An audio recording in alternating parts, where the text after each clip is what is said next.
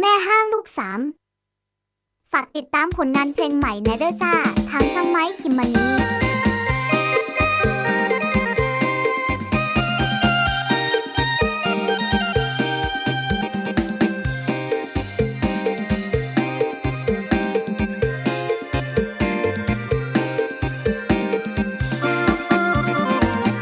น้องเป็นแม่ห้าง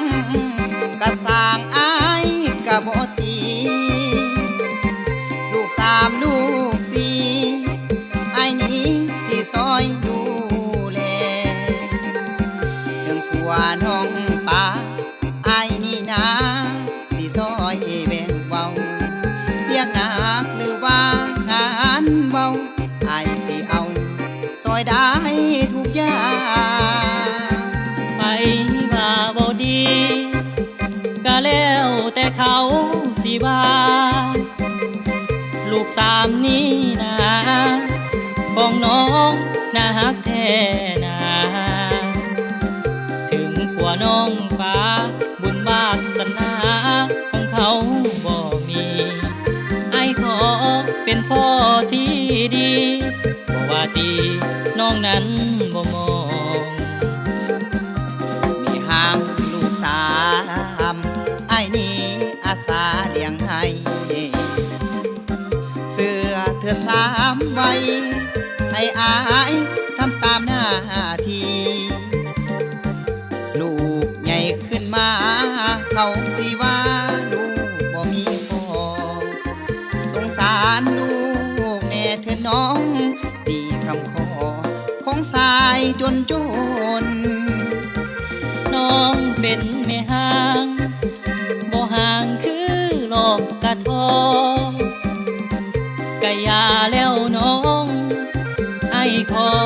เป็นผัวที่ดีสวยสางสวยสามีปัญหาจับมือซอยกันหวังว่าต้องมีจากวันเพื่อสวรรค์ต้องกายเป็นจริง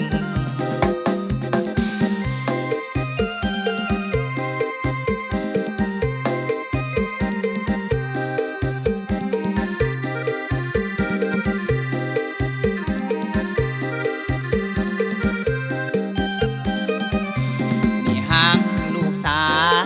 มไอ้นี้อาสาเลี้ยงให้เสื้อเถือดสามไว้ให้อายทำตามหน้าที่ลูกใหญ่ขึ้นมาเขาสิว่าลูกบ่มีพ่อ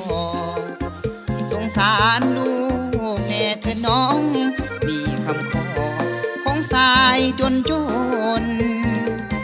น้องเป็นแม่ห้างบ่ห่างคือโลกกะทอกะยาแล้วน้องไอ้ขอเป็นผัวที่ดี